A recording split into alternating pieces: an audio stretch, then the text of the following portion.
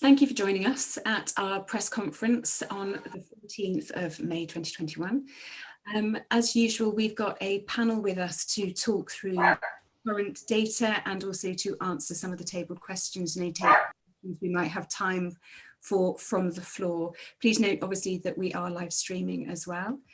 Today on the panel, we've got Nisha Patel, who's Deputy Director at the CSU, so she works with me with regards to all of our epidemiology and data. We've got Eileen Doyle, who's Chief Executive for Northampton General Hospital. We've got Chris Pallow, who's the Programme Director for COVID-19 Vaccination Programme, and Simon Blatchley, who's the Assistant Chief Constable at Northamptonshire Police. So welcome everybody. As I said, thank you for joining us. Obviously this was called in preparation for the next step coming out of lockdown on Monday, but I recognise there are a number of other questions which we will come to after the general introduction. So if I hand over to Nisha first. Thank you, Nisha. Good afternoon. Thanks for having me, Lucy. So if we've got the slide deck up, and if we're looking at slide 2, please. Not to state the obvious, but we are faced with the next step of the roadmap coming into play from the 17th of May, as announced nationally by the Prime Minister earlier this week. As we've seen nationally, we're meeting the requirements of taking this next step, including successful vaccine deployment, effectiveness of vaccines in reducing severe illness and mortality, lower risk of overwhelming NHS services. And this means that as a nation, we're kind of moving forward with that step 3 reopening. What you can see on here is the impact of some of that across our county. As you move through this pack, though, you'll note how cautious we all probably need to be as citizens in order to maintain this position, given potential concerns that we're going to touch on this afternoon. So if we move on to slide 3. Until Monday, I need to remind everybody that the current rules still apply. We still need you to adhere to the rules that are in place until Monday. And these are the guidelines that are there for us all to follow until that point.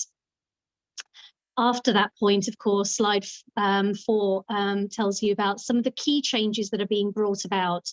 And just to touch on a couple of those, that includes outdoor gatherings of up to 30 people. Remember, this is a limit and not a target. If you must meet others, this is probably still the safest way to do it.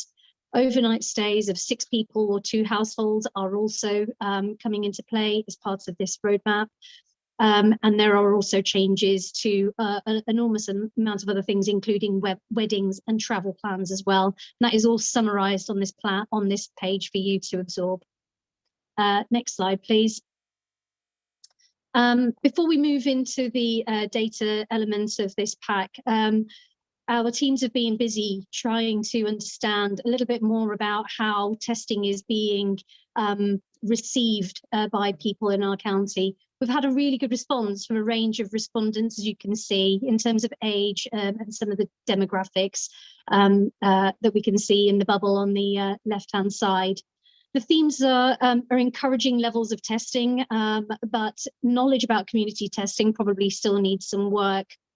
On slide 6, we can begin to see some of the reasons why there might be barriers to people engaging with rapid testing on a regular basis.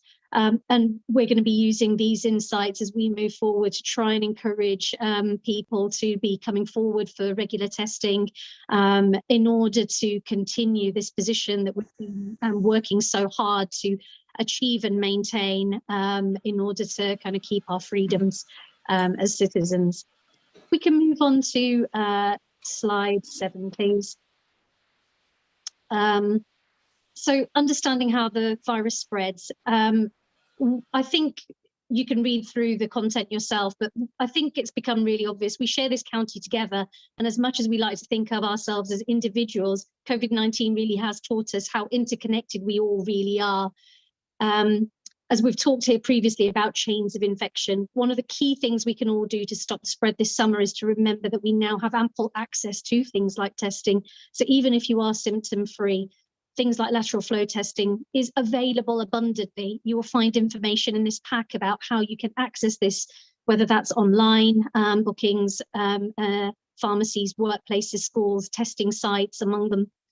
Our interconnectedness can be a weakness, but I think we've shown how that same feeling of community spirit has helped us tackle this virus in the past. So let's do what we all do well, do our individual bit, help each other in the process. If we can move on, please, to slide 12. So jumping into what I'm primarily here for, the data side of things. You'll note from this chart that following a period of falling infections in Northamptonshire, we're now faced with a growth in cases this week, where we saw 254 positive cases in the 7 days between the 3rd and the 9th of May. That's a 30% growth on the previous week. We could move on. Although case rates in Northamptonshire fell over the last few months, we know they remained higher than surrounding areas. Today is no different. We see significantly higher rates of COVID-19 in Northamptonshire, where rates have increased since last week, but also for each unitary authority area and 4 out of 7 of our local areas too. This tells us our issue is not isolated to certain parts of our county. So please don't take comfort in, if you're looking at this and thinking my area is okay. The picture that we're seeing here tells us that we've still got higher levels of infection across our county, and that means your area too. Please don't think our work is done. In the next slide, we'll see how these case rates have changed in our local areas over time. So if we could move on, please. Now here, the optimists among us will look at this and think on first glance that we would all be assured that things look a lot better. But I urge you to take a closer look. Case rates in South Northants in early April were just short of around 20 per 100,000 population. And we now have case rates in that area of nearly 40, so double. We can see increasing movement in recent days in a number of areas in our county, including Kettering, Corby and Northampton. Later in this plaque, you can see geographical mapping of where we've had higher case rates in the last 28 days. This week, the areas that do rank as being amongst the kind of highest are Queensway area in Wellingborough, Corby Village and Weldon, and Towcester East and Paulsbury in South Northants. And these are all 3 areas where we've also seen highest levels of growth in the last fortnight. Can we move on, please, to slide 16? Thank you. So we continue to show this chart because it's really helpful for us to see the rate of decline and growth in case rates in our area. With your help, we quickly tackled a situation in March where we saw growing rates and we were seeing negative percentage change in case rates in April. The most recent intelligence here is now showing that we're what we've touched on already, that we're seeing growth in our county again, and this is potentially our new challenge. Next slide, please. So who's really being affected then at this time? This chart begins to give us some of those insights in Northamptonshire. What we're seeing at the moment is that infections appear to be predominant amongst younger populations, and that includes the 10 to 19-year-olds that you can see in this chart, but also working age people are affected too, so the 30 to 39 age group. And you would have heard in the news that we've recently encouraged a few age groups in the 38, 39-year-olds to kind of come forward for vaccination. And I hope this chart encourages people in those age groups to come forward for vaccination when they're called and allow us to help you in protecting you. Next chart, please. There's not very many bright spots often in presenting this, but if there is one bright spot, it's this. I'm really pleased to see that at this time we continue to see low numbers of patients admitted to hospital, with 3 patients reported in the latest data that's available in this pack here. I'm also pleased to say there were no deaths in the 7-day period reported in this pack anywhere in Northamptonshire. But walking past that grassy bank outside Kettering General Hospital earlier this week, there were reminders of the people who have sadly died, and I'm reminded that we all still need to do our bit to keep it that way. Slide 20, please. So we've touched on the fact that we've got cases amongst those younger ages, and this gives us a little bit more of an inkling as to kind of what's going on. This chart shows the 7-day averages recorded in education settings in the last 28 days amongst both pupils and staff in schools. And it shows that weekly average volumes have increased since mid-April, and that's particularly seen in and amongst pupils. So if we can move on, please, to outbreaks on slide 24. And this is just continuing that message, really. Given what we've already touched on in terms of age profiles and education settings and case rates, should come as no surprise, really, that we're presented with this slide in the way that it is currently distributed. We've seen education settings are the area where we're currently seeing outbreaks, with 5 across our county, affecting 57 people out of 7 outbreaks in all across our county in the last 14 days. Slide 26, please. So I'm just going to finish off my bit here by saying, as we see further reopening of life as we previously knew it, let's not get complacent with the basic things that we know to do intuitively and we've had drilled into us for the last year. These are kind of really basic things that we can continue to do to kind of keep ourselves and our families safe. You'll continue to see our campaigns in your communities. And I hope that when you see them, it reminds us all to do our bit. I'll leave it there, Lucy, unless there are any questions. Thank you very much, Nisha. Because we've got the opportunity for questions afterwards, what I would like to do, if it's okay, is just move on to Eileen so she can give us an update on the current acute situation, please. Thank you, Lucy. So as Nisha has said, things have much improved at both hospitals with 3 patients, none of which are in ITU now. And in fact, MGH has had 2 days this week where it's had no patients with COVID. So we recognise that that isn't likely to be the case very often at the moment, but nevertheless, it does show that we've all moved in the right direction. So we're very grateful for that. One of the things that has changed this week is that we have allowed or are allowing limited visiting. And I say limited because you have to book an appointment slot so that we make sure that we're able to socially distance on the wards, because it's really important for the safety of our patients and our staff. At KGH, the wards are ringing relatives and loved ones of their patients, and at NGH there are numbers set up so that loved ones can ring in to book an appointment. We do ask that all of the guidance is still left in place, so masks, social distancing, washing hands before you go onto the ward, using hand gels.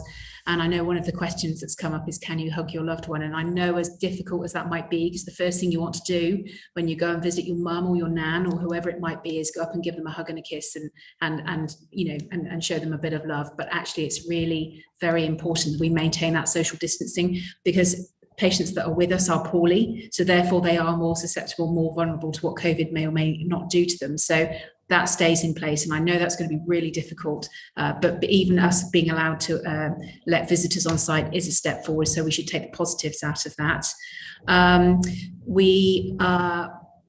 As ever, I want to thank the staff, but also our patients and families who have really had to cope with what are very difficult situations over the last year. And although we feel like we're so tantalisingly near, of course, there are still lots of concerns out there, which Nisha has already talked about. So please bear with us. We're doing what we can. We're very grateful that the numbers have come down in the way that they have, but we want to keep it that way, and we want to make sure that we manage our wards safely. So visitors, please do book in. That's fine. We want to welcome you. There are some rules around making sure that it is, you have to be part of the same household or social bubble, so that we are limiting the risk that's coming into the hospitals, because we've done very well so far in recent times. We want to keep it that way, as I said. And that's really about it from me, Lucy. Thank you very much, Eileen. If I could ask Chris to come in and just give us an update on the vaccination status locally. Thank you, Lucy. Good afternoon, everyone. So the total number of doses delivered so far across Northamptonshire is 567,000 vaccines, of which 383,000 are firsts and 183 are seconds. which of course is a huge effort. 400,000 of those have been delivered by colleagues in primary care, and 116,000 vaccines have now been delivered at the vaccination centre at Malton Park.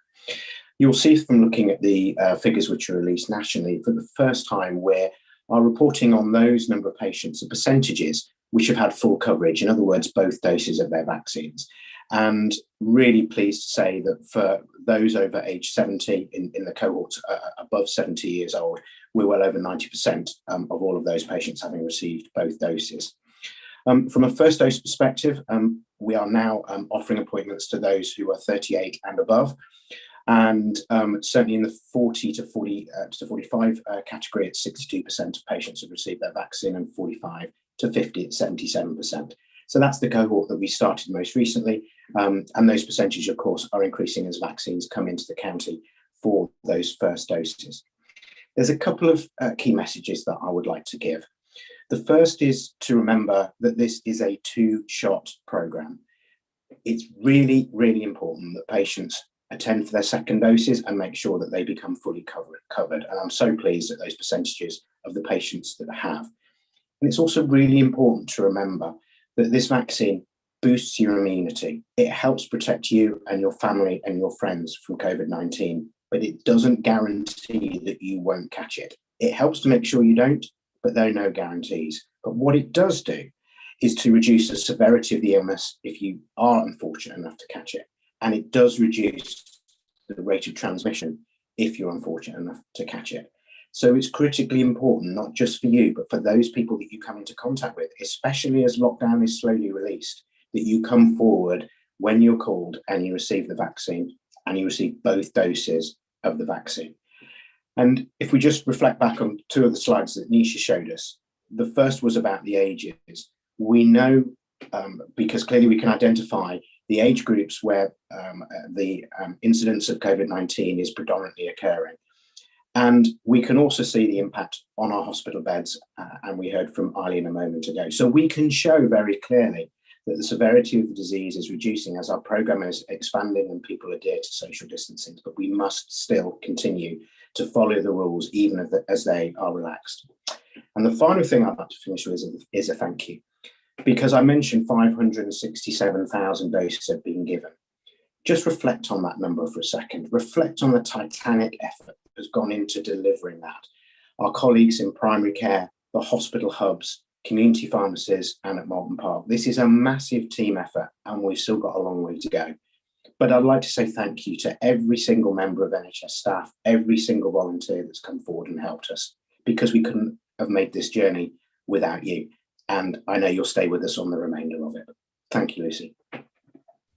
Thank you, Chris. And absolutely, I'm sure everybody on this panel echoes your thanks to all of those people that have helped, like you say, paid and non-paid volunteer and clinical staff alike have come along and worked tirelessly to deliver what is quite an extraordinary programme. And like you say, there's still a long way to go. And we know that they will be with us every step of that journey. Simon, I'd like to hand over to you, and then I'll summarise just quickly about a position that we've got in South Northants before we move on to the questions. But Simon, do you want to give us an update generally about compliance? Hey, thank you, Lucy. And I'll just echo the comments that have just been made. Thanks from the police service as well for everything the NHS has done to support us in particular with the vaccination programme. So no, many thanks. And compliance-wise, we're still working in partnership across the county. Generally, we've seen good compliance. I know it can be hard as the rules are seen to be changing. Those out and about will have seen traffic flows very much are back to normal now. Normal policing demand is creeping back up as well. What we're still getting the most complaints from the public on COVID related is the large gatherings. It's the parties in houses and possibly outside licensed premises. These are the things, I think these are the frustrations that the public are showing to us, where the majority of people are following the rules, they are compliant, you've got some people aren't. So we are enforcing against those. As we move to the next period, as there's a further easing, our focus will be on the nighttime economy. We have seen more gatherings outside pubs and clubs. We are working with partners for licensed premise visits, things like this. So we're just really encouraging people to please stay safe, follow the rules, go out, enjoy yourself. But as has been highlighted already by the other speakers, we're not out of this yet. So please just carry on with the compliance and move forward, and we'll be working with everybody as we move out of this. Thank you. Thank you, Simon. It's much appreciated. And as you say, we reiterate that request that people just be sensible. I'd like to just mention we've got 3 other people on our panel today. So we've got Paul Andrews, who often comes and supports us from the school cell. We've also got Ian Smith and Ruth Austin, who head up our environmental health services, amongst other things, in the new North and West authorities. And the reason that they're here as well is to help answer some of the questions that we've had submitted. People will be aware, I'm sure, that there is an outbreak at this point in time in South Northants. And as Nisha's already covered in some of the information around the maps, you can see from the ranking that Towcester East and Poulsbury is one of those areas most affected in and around South Northants, as well as Towcester West and Blakesley. So, you can see the areas that are affected by this. But South Northants has one of our outbreaks. It's not a considerably large outbreak, I'd like to point out, but one of the things that has started to obviously make headlines is the fact that it does include some variants of concern. At this point in time, there are 6 variants of concern that have been identified as part of this outbreak. To put that in context, since variants under investigation and variants of concern have been monitored by Public Health England, we've had 13 across Northamptonshire. Now, the others prior to this outbreak have all clearly been linked with international travel, and therefore those people have been isolated through quarantine hotels and or at home as required by law at that point in time. So no further onward transmission was likely, and therefore no action locally was required. The difference here, and in collaboration with Public Health England, is that understanding and unpicking the epidemiology behind this current outbreak demonstrates that there isn't any international travel. And actually the variant of concern appears to have been spread through a contact which may have travelled to an area with a higher level of variants of concern within England. And therefore, obviously, we are doing what we can to make sure that that is contained, both the outbreak as per normal, but also particularly we're getting anybody who is going to be tested as part of the outbreak management process to get all of those tests sequenced so that we can understand which variants they may be affected by. But to give you an idea, those overall, sorry, I should have said 16, not 13, the 16 that we've had in the county since they've been being monitored is only 1.2% of all of the variants of concern that have been found in the whole of England. So although it sounds alarming, they are very small numbers, but what it does do is just reinforce the fact that, this is a virus, the same as flu, it changes and it morphs. Our vaccine is still effective against the variant of concern that have been found in Northamptonshire. So again, we encourage people to continue to attend for their vaccination because it offers them a level of protection against the severity of the illness. And as Chris has already said, it reduces the likelihood of you transmitting that on to somebody else. The reason we haven't named the particular organisation that's involved is because at this point in time, as I said, we've got everybody who's been affected isolated and we're undertaking testing. If we find that there is a high proportion of positive tests as a result of doing that wider testing, and or we find a high proportion of those positive tests are variants of concern, we will then work with Public Health England to undertake a risk assessment as to whether further surge testing in the wider community is required. So this is part of a standard outbreak management process. The variants of concern numbers are a concern, but they are not alarming. They are still a very small number.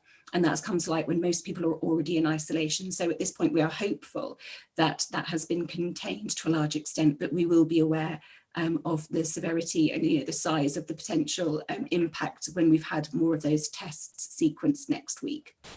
So we wanted to make sure that obviously people have got the facts around that current situation. Just like to also reinforce the fact that that everybody who's been involved, both the people who are being tested, the organisation itself that's affected, have been extraordinarily supportive, very, very positive about engaging with the process and making sure that we're mitigating risk wherever possible. So what I will do is move on to the questions, a number of which actually pertain to that outbreak. So Laura Coffey, I know obviously I've probably answered that first question of yours, but is there anything else that you'd like to come in on with regards to the location of the outbreak with that variant? Hi, Lucy. Yeah, thank you for that. So I guess, are you able to say with any more detail that location? Obviously, you've said South Northamptonshire and touched on Toaster there. Are you able to specify any more? And then just a couple of follow-up questions, really. So you actually you touched on it. So the results you're expecting next week, are you, for this additional testing? And when will you know if surge testing is needed in that area? And just on that point about the 16 variants of concern, so am I right? So 10 were linked to international travel, and then those 6 are not linked to international travel. And yeah, that was it. Thank you. Yeah, that's it. Thank you, Laura. I'll try and remember all of those. So last one first is yes. The original ones were all isolated cases, and when the full epidemiological surveys were undertaken by Public Health England, because that's the first port of call around variants of concern, they undertake the initial risk assessment. Those first initial isolated cases were found to be related to international travel. As I said, the difference with this outbreak is that the variants of concern do not appear to be associated with international travel, but the working hypothesis is absolutely that that person who was the index case has visited an area with a much higher incidence at the moment of variants of concern. So the working hypothesis is it's been brought in from another area of England. And I think it just reinforces my very old mantra about just because you can doesn't mean you should. You know, with further relaxation of interventions on Monday, we've got to recognise that there is a continued and an ongoing risk, and people need to assess that level of risk as and when they do visit other areas, when they do undertake activities, when they do indeed have close physical contact with other people, despite it being allowed, you know, that there is an element of risk going to continue with all of those activities. I obviously have already talked about the fact that you can see from the epidemiology in the lower super output level area information contained in our report that there are particular areas in South Northampton that are affected. The reason we're not being more specific with the location is because the numbers are really small, as people will remember, from a point of view of data protection, wherever numbers are small, there is a risk if we're too specific of identifying people, and that absolutely is something that we always want to avoid doing. It's inappropriate. Should we ever believe that the risk is so great to the wider population that we need to do that, then we of course would. I think the point here to remember is that although variants of concern obviously are being investigated further by Public Health England and we want to contain them, at this point in time, all of the practices to keep yourself safe remain exactly the same. So whether you have somebody living next door to you with a variant of concern, or whether it's, you know, in the next county, you should still be practicing all of the restrictions that we've talked about both now and indeed even after Monday when things change. You should be wearing your face mask in enclosed areas. You should be regularly washing your hands. And the further you are away from somebody, the less likely you are to catch something, whether it's a cold, flu, COVID-19, or indeed one of the variants of concern. So all of the best practices remain the same. So there is no further risk and therefore no need for us to disclose further information at this point in time. With regard to testing, and Ruth, you may want to add to this, but it has started today. This is PCR testing, so as I said, we can actually do the genomic sequencing and find out what variants are involved. But we will start to get the initial positive, negative tests back in the next 24 to 48 hours. The genomic sequencing takes that little bit longer, and so we won't know the results of that for sort of 72 hours plus. So Ruth, please come in after me, but we were expecting to regroup Monday, Tuesday to look at whether further surge testing is required. Is there anything you wish to add to that, Ruth? No, I think just confirm that we were all working together and we'll follow up those results as necessary, and you know, if we need to go do further testing, we'll various partners will be involved in that. I think the other thing, just to reiterate actually, is to our knowledge, this variant is not causing greater morbidity, so greater illness, or indeed has not been associated with any increased mortality. So again, people who are identified with it are undertaking exactly the same self-isolation requirements as you would with any other variant of COVID-19. So if I move on, Mike, do you want to ask your questions? Is Mike Cartwright with us? No, he's not, Lucy. Sorry, it's Stuart from Lucky, so I'll ask it on his behalf. So he was talking about the variant of concern, wasn't he? I think he just wanted to know how serious, how concerned you were about the variant of concern, and is it particularly the Indian variant of concern? And how likely is it that testing will uncover other cases, he says? So it is likely that testing will uncover more cases. Not all PCR tests are always sent for genomic sequencing, whereas our testing that's associated with this outbreak, all of those tests will be sent for genomic sequencing. So we are likely to find more cases, because we're deliberately, when we have an outbreak, case finding, because we want to find as many people who may have been exposed and therefore are infectious and get them isolated. So it's a very specific program of work looking for people who have got the virus. So we will see a further increase in cases. That is highly likely. Obviously, what we don't know at this point is how many of those will be a variant of concern.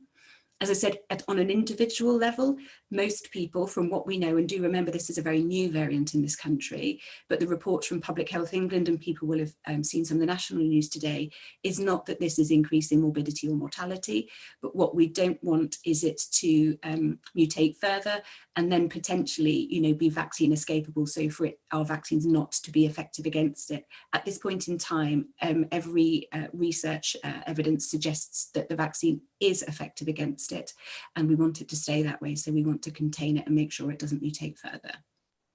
Thanks so much, Lucy. Thank you. So Will from Northants Live, are you online as well? I am. Thanks very much, Lucy, and afternoon, everyone. I think most of my questions have been answered so far, but it would be useful to know if you believe that having this Indian variant in South Northamptonshire makes it perhaps more likely that all parts of Northants could come under sort of local lockdowns after restrictions are lifted. And also on that point, whether there are any concerns about the restrictions being lifted on Monday, where we are seeing cases begin to rise in certain parts of Northamptonshire, not only South Northamptonshire, but also in Wellingborough and Corby. Thank you, Will. So I know it's not a decision that's within my gift with regard to decisions about whether lockdown should be eased in different geographies. I think some of the national reporting has been clear that government are looking at those geographies that are affected by COVID variants of concern, and obviously considering whether that does heighten the risk, not just of illness or mortality, because at the moment, as I said, there's no suggestion that it increases, but the risk, as we've touched on before, is about further mutation and therefore any associated risks around that later on. So I can't comment on that, but I do know obviously nationally the news is following government reviews and about those restrictions on a geographic level. As I said, and I'd like to reiterate, of the 1,303 variants of concern in England at this point in time, we have only had 16, and some of those are historic, so that is only 1.2%. So really small numbers locally. We just need to make sure that we're making every effort to ensure that that doesn't grow. I don't know if there's anything, Ruth, again, that you'd like to add about that. Obviously, we're trying to make sure that everybody's encouraged to be sensible and exercise caution, but that's for all variants, not just the variants of concern. Yeah, I think in terms of the reopening and the easing of restrictions as it goes ahead, I would reiterate Lucy's mantra around that just because you can doesn't mean you should, and the need to just continue to respect the rules as they stand. Yes, people can meet up and they can meet up inside, but do so with ventilation, do so carefully, do so with a limited number of people. The local authorities and the environmental health officers and other partners are supporting businesses and providing them with advice as to how they can operate safely, how they can manage their operations to ensure that the customers are safe, that appropriate sanitisation is carried out, good ventilation, hopefully we get some weather that we continue to use the gardens and outdoor spaces more effectively and continue to work in that way. You know, say good cleaning in places like gyms that can reopen, but also, you know, respecting the fact that the places are able to open, and this will, you know, hope to revitalise the economy somewhat and all work together with this. But you know, just continue to carry on a good practice and continue to get tested on a regular basis.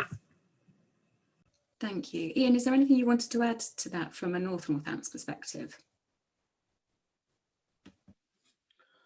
I think just to sort of reflect on the fact that I think everybody understands that we probably will likely get some fluctuations and variations in rates locally as we emerge out of the lockdown.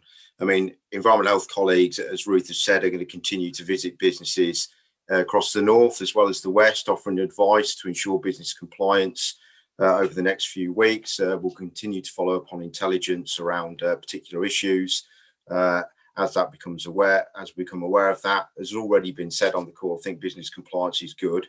There is a low level of outbreaks in the county, but we do really need to reinforce, as Ruth and everybody else on the call has said, really is the importance of getting regularly tested and observing sort of the best practices that we're all well aware of around regular hand washing, wearing face masks internally, and maintaining social distancing, and because all of those are very effective clearly in reducing transmission. And we'll continue to work with the hospitality industry, particularly over the next few weeks as it opens up, to try and ensure that, you know, they're given as much support as necessary in terms of trying to maintain safe environments for people to socialise in. So thank you. Thank you very much. Alison from Northampton Telegraph, I think we've touched on some of your questions, but do you want to ask any that remain and or anything else? Yeah, hello, afternoon. Corby's case rate remains in England's top 10. How concerning is this to you? And are you worried that step 3 will take us back to square one? I just wanted to know where the new testing site in Wellingborough would be. You know, if you've closed the one in Redwell Leisure Centre, I didn't know where the new one would be. That's all. Yeah, Nisha, do you want to come in on the data point?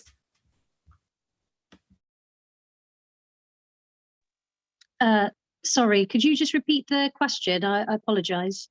Sorry, it was with regard to Corby's rate remaining in the top 10. How concerned are we with this rate, and are we worried that step 3 will take us back to square one? Having had a look at the data, it's not quite in the top 10, but it does remain very high. And it, as we all recognise, it's been fairly high compared with surrounding lower tier kind of local authority type areas as the national dashboard presents the information. So yes, we should remain concerned. We've often been concerned about Corby because of high case rates there in that area before, and struggling sometimes to see that then come down. So yeah, we would be concerned about it. However, we're not currently in a situation where we can see increasing trends and case rates in that area. So yeah, I hope that answers the question. It does, thank you. As you say, we will see that fluctuation, particularly as people are able to undertake different activities. And with regards to the Wellingborough location, it's Swans Pool that it's moving to, and it should be opening mid next week. But obviously we're just making sure that everything's in order before we give the exact details, but it's a more central location. So we're hoping that obviously increases accessibility for people. We will, I'm sure, update our website and put out a press release with regard to the detail when we are able to. And so if we move on, if that's okay, we've got Kevin Nichols from the Chronicle and Echo. Hi Lucy, thanks for coming to me. I think again you've sent you quite a long list, I know, but I think you have covered most of them. Just one, I know you're not keen on what you call dirty data, but I just wonder how the figures are trending in the last few days with regard cases. Yeah, I'll give that one back to Nisha. That's quite all right. Thanks, Lucy. So as we've mentioned, highest case rates are actually, as of today, based on the national dashboards, highest in Wellingborough. and then followed by Corby. So I think that's 12th and 13th highest case rates in the country. So both remain high compared to where we would like them to be, but they are not currently trending upwards at this time, although of course, as we've already covered, things can change and they fluctuate on a day-to-day basis. South Northants is a slightly different position. We are seeing an upward trend in that area for reasons we've already covered. Thanks. I think the other thing to add is obviously wherever we do have an outbreak, and that obviously is discussed publicly, we will see the general public go and get more testing, and therefore we will automatically be in a case finding situation where we see case rates go up. That is a good thing. Don't get me wrong. I can battle with PHE and the Chief Medical Officer about any concerns about that. But if we know that's because actually our testing rates are going up and it means we're finding more cases and getting people isolated, that is a good thing, because it means overall our case rates will drop the other side of that outbreak. So I have no concerns about that. And, as I said, I would expect certainly in places like South Northants, where there will be an element of concern in the community, people will access more testing. So we will naturally see the case rate increase there because of that. So we do always take that contextual information into consideration. I did notice that there was also, have you had any cases of South African variant identified? And no, we haven't. And that is still one of the variants where we would automatically surge test. So one, we've always said that we'd be very clear with our media colleagues and with the public if we did find a South African variant of concern. That one is associated with a different epidemiology, a different clinical diagnosis. People tend to be quite unwell with it, but also there is still not a high level of confidence that our vaccine would be effective against the South African variant. So you would see immediate surge testing there, and that's the difference between some of the different variants and why we take different approaches. Was there anything else, Kevin, that we haven't covered? I don't think so. Thank you for reminding me about the South African question. Thank you for that. No, that's fine. And that actually is the end of our questions. So I will, just because we've got a little bit of time, ask if there are any additional questions while we've got everybody here. So Amelia Harper's just asking if she could ask about the makeup of the variants. So at this point in time, we've got two of the Indian variants. There are 3 in circulation in the country, ending 1 and 2 and 3. We have 1 and 2. We do not have 3 in Northamptonshire. So at this point in time, it's just Indian variant and 2 kind of subsets within the 3 that exist. Oh, I think we've got another question. And is Indian the most prominent? No, it's not. So Kent is still our most prominent across the county. As in South Northants, it still is indeed Kent that is most prominent. But we obviously are seeing changes in the incidence of the Indian COVID of concern, variant of concern, and therefore obviously nationally that is being monitored. We may see that change like we did before and after Christmas with the Kent variant coming in, and we've yet to understand the full epidemiological impact of that, which is obviously why there's a lot of national investigation going on. But at this point in time, our dominant variant remains the Kent variant. And Stuart, are there any plans for changing the vaccination strategy to cope with any variants as this is being done in the Northwest, i.e. giving it to younger people sooner? So Mr. Pallow, would you like to take that question? Not currently. So the current programme rolls out in exactly the same way as we've been planning and now moving into the 30s. But of course, as Lucy said and other speakers, it's subject to change based on what's occurring within the county. And if that comes forward, then we'll be ready to react to it. Yeah, and I think I'll just take this opportunity as well to just reinforce the importance of testing.